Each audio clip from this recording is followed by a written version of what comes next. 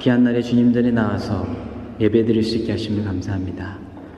주님, 이 예배 가운데 정말 예수님의 사랑을 느낄 수 있는 시간 될 수 있도록 도와줄 줄 믿습니다. 하나님이 우리를 얼마나 사랑하시는지 느낄 수 있는 귀한 시간 될 수 있도록 도와줄 줄 믿습니다. 주님, 이 예배를 처음부터 주님께서 주관해 줄 걸 믿고 예수님의 이름으로 기도드립니다. 우리들은 때로 많은 것들을 비교하게 됩니다. 특히 사람들과 비교를 합니다. 우리보다 나은 사람들과 비교를 통해 우리는 더욱더 열심히 해야겠다는 그런 도전의 마음을 가지고 있습니다. 반대로 우리보다 조금 못한 사람들과 비교하여 우리는 현재 모습의 만족과 함께 안일한 마음을 가지기도 합니다. 이 정도면 됐지. 예수께서 하신 달란트 비유 또한 우리는 나와 비교를 합니다. 칭찬받은 종들을 보고 부러움과 도전의 마음이 생깁니다. 그러나 바로 그 뒤에 오는 미련한 종의 비유를 듣고 난 저 정도는 아니야 라고 결론을 짓고 앞에 부러움과 도전의 마음보다는 다행이라는 마음으로 지금 상태 그대로 안주하게 된다는 것입니다. 그러나 오늘은 신앙으로 현재 모습이 만족보다는 부러움과 도전의 마음을 가지시는 그런 시간이 되길 바랍니다. 제가 5월 19일 날 지겐교회 가서 설교를 했습니다. 여기는 다른 목사님 와서 설교를 했고 지겐에 가서 제가 설교를 했는데 그 제목은 이런 교회가 되게 하소서라는 제목이었습니다. 여러분들 찬양을 많이 불렀던 그 내용인데요. 그 내용은 이렇습니다. 진정한 예배가 숨쉬는 교회, 주님이 주인 되시는 교회, 믿음의 기도가 쌓이는 교회, 최고의 찬양을 드리는 교회, 말씀이 살아 움직이는 교회, 성도의 사랑이 넘치는 교회, 섬김과 헌신이 기쁨이 되어 열매 맺는 아름다운 교회, 주님의 마음 닮아서 이웃을 사랑하는 교회, 주님의 영광을 위해서 빛 대신 주님 전하는 교회, 사랑의 불꽃이 활짝 피어나 날마다 사랑에 빠지는 교회, 그리고 주께서 사랑하는 교회, 이런 교회 되기를 바라는 마음으로 말씀을 전했습니다. 그런데 큰 목표만 던져주었지 어떻게 이런 교회가 될 수 있게 하는지에 대한 방법은 던져주지 않았던 것 같습니다. 그 방법은 간단합니다. 바로 여러분께 주어진 작은 일에서부터 충성을 다하면 이루어질 수 있다는 것입니다. 오늘 본문의 말씀은 앞에서 이야기했지만 달란트 비유의 말씀입니다. 그리고 그 유사한 말씀은 누가복음에도 나와 있습니다. 마태복음의 말씀은 제자들이 아직 완성되지 않았지만 그 웅장한 예루살렘을 가리키며 예수님께 보여줌으로 시작됩니다. 예수님은 그 예루살렘 성을 보고 제자들이 보지 못했던 이제 일어날 사건에 대해서 비유로 얘기를 합니다. 바로 심판의 날이라는 것입니다. 내용은 이렇습니다. 어떤 사람이 여행을 떠나면서 자기의 재산을 종들에게 맡깁니다. 각 사람의 능력에 따라서 말입니다. 한 사람에게는 5달란트, 다른 사람에게는 2달란트, 또 다른 이에게는 1달란트를 각 사람의 능력에 따라 맡기십니다. 누구보다도 그들을 잘 아는 주인이기에 각 사람의 능력에 따라 달란트를 나누어 줄 수 있었을 것입니다. 그리고 그 주인은 길을 떠났습니다. 그 후 돌아온 주인을 통해 어떤 이들은 칭찬을 받고 어떤 이는 주인의 노여움을 사게 됩니다. 어찌 보면 예수께서 하늘로 올라가시기 전에 사람들에게 명령하신 모습과 유사한 모습을 찾아볼 수 있지 않을까 합니다. 나는 성령이라는 달란트를 너희에게 맡긴다. 그 달란트를 받아 내 증인이 되어라. 그 후 사람들은 오순절날 다락방에 모여 있었습니다. 그들은 각각 성령의 달란트를 받습니다. 그리고 그들은 그들의 받은 성령의 달란트를 통해 초대교회의 토대를 마련하게 되었던 것입니다. 성령을 통해 각각 받은 능력을 가지고 말입니다. 바울이 로마서 12장 6절에서 8절 말씀에 우리들이 받은 능력에 대해서 말씀하고 계십니다. 하나님께서 우리에게 주신 은혜를 따라 우리는 저마다 다른 신령한 선물을 가지고 있습니다. 가령 그것이 예언이면 믿음의 정도에 맞게 예언할 것이요, 섬기는 일이면 섬기는 일에 힘써야 합니다. 또 가르치는 사람이면 가르치는 일에, 권면하는 사람이면 권면하는 일에 힘쓸 것이요, 나누어주는 사람은 순수한 마음으로, 지도하는 사람은 열성으로, 자선을 베푸는 사람은 기쁜 마음으로 해야 합니다 라고 말씀하고 계십니다. 우리들은 각각 생김과 성격과 환경이 다르게 우리에게 맞는 은사와 달란트를 맡기셨다는 것입니다. 나는 왜 저 사람처럼 하지 못할까라고 생각하기보다는 우리 각자에게 맡겨진 달란트를 어떻게 이루어 나갈까를 고민해야 한다는 것입니다. 작은 일에서부터 충성된 우리에게 하나님은 더 큰 일을 맡기신다는 것입니다. 또한 작은 일에서부터 충성하는 우리 교회에 더 큰 비전과 미래를 약속하신다는 것입니다. 비록 각자의 능력과 재능에 따라 다른 결과를 낳을 수 있지만 주님은 최선을 다하는 자세를 통해 하나의 결과를 보신다는 것입니다. 우리도 각각의 재능과 능력에 따라 맡기신 달란트가 있습니다. 눈에 보이게 교회의 직분을 맡고 있는 분들, 목사님으로부터 전도사, 장로님, 권사님, 집사님, 선생님, 기관장님, 지휘자, 반주자, 성가대, 찬양단 등등. 그러나 저는 이 직분들이 주인 작은 달란트라고 합니다. 우리에게 맡기신 작은 달란트는 모든 교인이라면 행해야 하는 기본적인 것이라고 생각합니다. 그 기본이란 하나님과 관련된 예배와 하나님의 형상으로 지음받은 사람들 사이의 관계라고 할 수 있을 것입니다. 작은 일에서부터 충성하라는 말은 하나님의 은혜로 선택받은 우리들이 그 사랑에 감사하여 드리는 예배에서부터 시작이라는 것입니다. 다시 말하면 예배의 회복에서부터 주님은 충성하기를 원하시는 것입니다. 예배의 회복은 교회의 회복의 첩경이 될 것입니다. 이 예배를 우리에게 맡기셨습니다. 예수님께서 우물가에서 사마리아 여인을 만나 구원과 예배에 대해 말씀하셨던 말씀입니다. 참되게 예배를 드리는 사람들이 영과 진리로 아버지께 예배를 드릴 때가 온다. 지금이 바로 그때이다. 아버지께서는 이렇게 예배를 드리는 사람들을 찾으신다. 하나님은 영이시다. 그러므로 하나님께 예배를 드리는 사람은 영과 진리로 예배를 드려야 한다. 여러분들은 이 예배를 통해 하나님께 영광을 드리는 것을 생각해야 합니다. 우리가 진행되어가는 모든 예배의 의식과 순서는 단순히 여러분을 각자가 하나님께 예배하기 위한 자극제 역할만 해야 한다는 것입니다. 여러분들 마음이 이 예배에 있지 않고 그래서 순서만 진행되어가는 과정 속에 여러분들이 있다면 우리는 이 작은 일에 충성하지 못하고 있다는 것입니다. 예배의 회복이 필요한 교회들을 보면 교인들이 예배를 참석하는 그 모습이 있다고 합니다. 세 가지의 모습이 있다고 하는데, 첫째, 인간 중심적인 자기 예배를 드린다고 합니다. 자기 합리화 예배를 드리고 있다는 것입니다.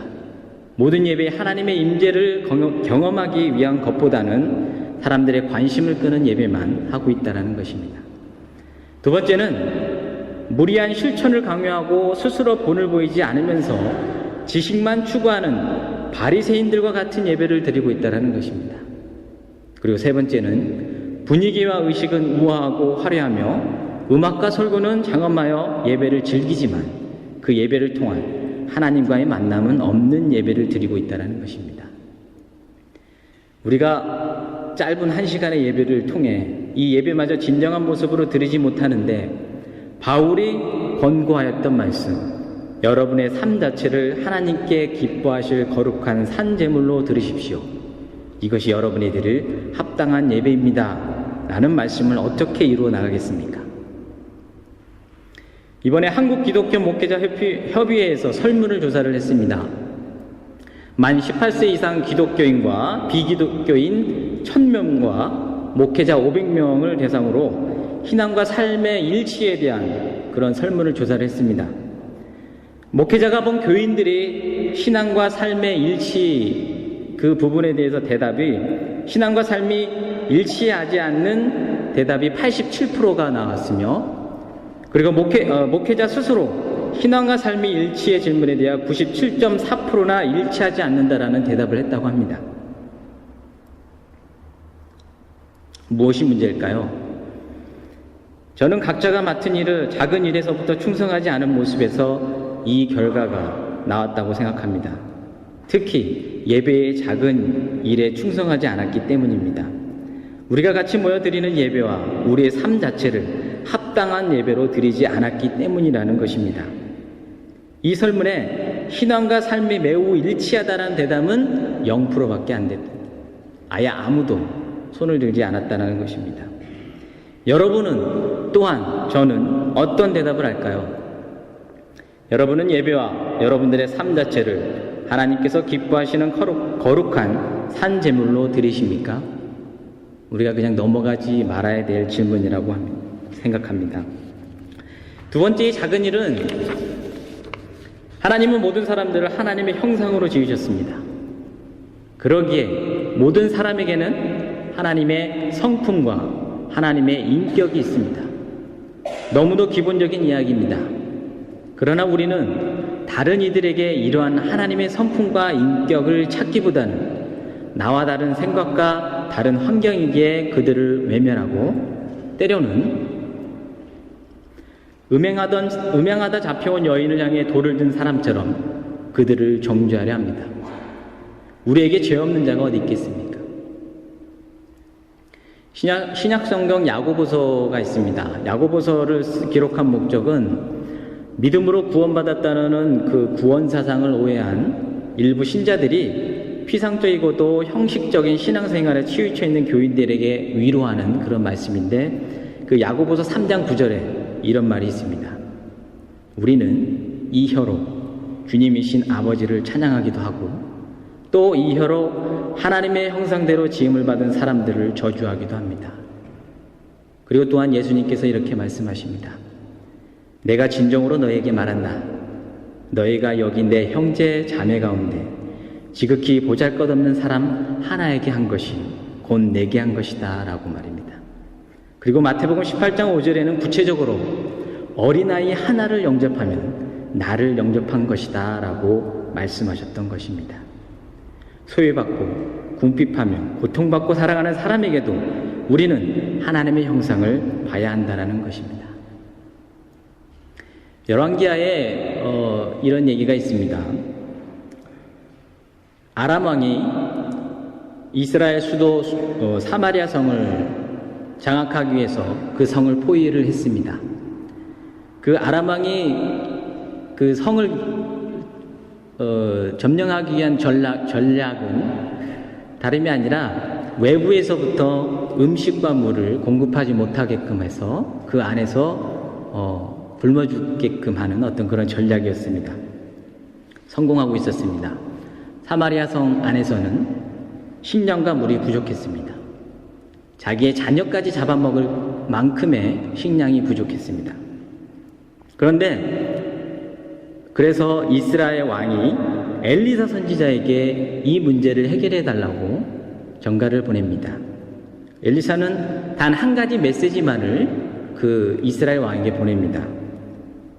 내일 이때쯤에 식량의 문제가 해결될 것입니다. 그러니 걱정하지 마십시오. 그러나 얘기만 들은 그 신하들은 불신의 마음이 생깁니다. 어찌 하늘의 문을 열어도 그렇게 할 수 없을 것이다 라고 불신의 마음이 생깁니다. 그러나 그 사마리아 성 입구에 나병 환자 4명이 있었습니다. 그 나병 환자 4명은 사마리아 성에서 던져주는 음식을 받아먹고 자랐던 그런 환자입니다. 그 환자들은 생각을 합니다. 걱정을 합니다.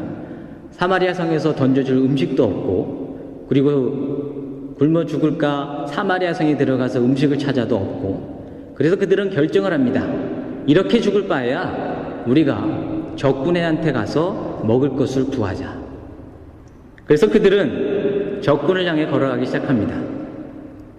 그러나 하나님은 역사하셨습니다. 하나님은 그들의 힘없이 걷는 발소리를 마치 100만군이 걷는 발소리로 적들이 듣게 하셨고, 그들이 힘없이 속삭이는 소리를 대군의 함성 소리로 들리게 하셨습니다. 그래서 모든 적군들은 도망치게 됩니다. 그 나병 환자 4명을 통해 사마리아 성 살았습니다. 하나님은 왜 보잘것없는 4명의 나병 환자를 통해 역사하셨을까요? 하나님은 반드시 사람을 통해 자신의 뜻을 이루십니다. 그러기에 우리는 모든 사람들 속에서 하나님을 찾아야 된다는 것입니다. 하물며 나와 의견이 다르다는 이유로 사람들에게서 봐야 될 하나님의 형상 대신 다른 무언가를 보고 그들을 정죄해서는 안 된다는 것입니다. 나와 다른 이들을 인정하고 아끼고 사랑함 또한 작은 일이라 생각합니다. 강도 만나 쓰러져 있는 사람을 도와준 사마리아 사람처럼 그냥 지나칠 수 있는 사람을 도와주고 사랑을 실천하였던 것처럼 우리도 이런 작은 일에서부터 충성을 해야 합니다. 이 2가지 작은 일에 충성만 한다면 잘했다, 착하고 신실한 종아, 내가 작은 일에 신실하였으니 이제 내가 많은 일을 내게 맡기겠다 하고 인정을 받을 것입니다. 이 인정을 통해 우리가 맡은 직분들을 잘 감당할 수 있을 것입니다. 그러나 한 가지 우리가 주의해야 할 부분은 이러한 충성 속에는 각자의 희생이 필요하다는 것입니다. 모든 사람이 희생이란 단어를 들으면 나의 모든 것이 소멸되고 말 거야 라고 생각을 합니다. 그러기에 자기 것을 소멸시키지 않게 하기 위해 남의 희생만을 바라고 있다는 것입니다. 자기 희생 없이는 작은 일에 충성할 수 없습니다. 스페인의 철학자이자 작가인 그라시아는 이런 말을 했습니다. 사랑의 첫 번째 계명, 먼저 희생하라. 사랑하는 사람을 위해 기꺼이 희생할 수 있어야 한다. 자기 희생은 사람의 고귀한 표현이기 때문이라고 했습니다. 우리는 예수님의 제자입니다. 예수님을 따라야 합니다. 하나님 또한 우리를 희생하셨습니다. 바로 그의 독생자 아들을 우리를 위해 희생시키셨다는 것입니다. 그러니 그 희생은 끝이 아니었고 그 희생은 승리로 변하게 되었습니다. 희생은 소멸과 끝이 아닙니다. 새로운 시작의 모습일 수 있습니다. 희생을 통한 우리들의 작은 일의 충성은 우리 교회를, 우리 각자를 더욱더 새로운 모습으로 변화시킬 수 있을 것입니다. 주인이 충성된 종들과 같이 기뻐하며 많은 일을 맡기셨던 것처럼 우리 교회를 향해 잘했다, 착하고 신실한 복음교회 성도들아, 너희들이 작은 일에 신실하였으니 이제 내가 많은 일을 내게 맡기겠다. 기도하시겠습니다. 사랑하는 하나님, 고맙습니다. 하나님, 우리가 하나님께 정말 많은 것들을 충성한다고 생각했지만 우리는 정말 작은 일에서부터 하나님께 충성하지 않은 모습을 다시 한번 돌아봅니다. 주님, 하나님을 사랑하고 하나님을 의지한다라고 하는 우리들이 이 예배를 너무도 소홀히 했습니다. 주님, 이 예배가 회복될 수 있는 기회인 교회가 될 수 있도록 도와주시고 이 예배를 통해 더욱더 하나님을 가까이, 더욱더 하나님을 사랑할 수 있는 귀한 복음교회가 될 수 있도록 도와주실 줄 믿습니다. 그리고 우리 내 이웃을 내 몸같이 사랑하라고 하신 하나님의 말씀처럼 이웃 또한 내 몸처럼 사랑할 수 있도록 주님 도와줄 줄 믿습니다. 주님, 그러나 그 사랑 속에는 희생이 따릅니다. 우리 각자의 희생이, 이 희생들이 너무도 약한 것으로 판단되지 않도록 도와주시고 이 희생을 통해 귀한 주님의 사랑하는 교회의 새로운 모습의 교회가 될 수 있도록 도와줄 줄 믿습니다. 주께서 늘 같이 해줄 것 믿고 예수님의 이름으로 기도드립니다.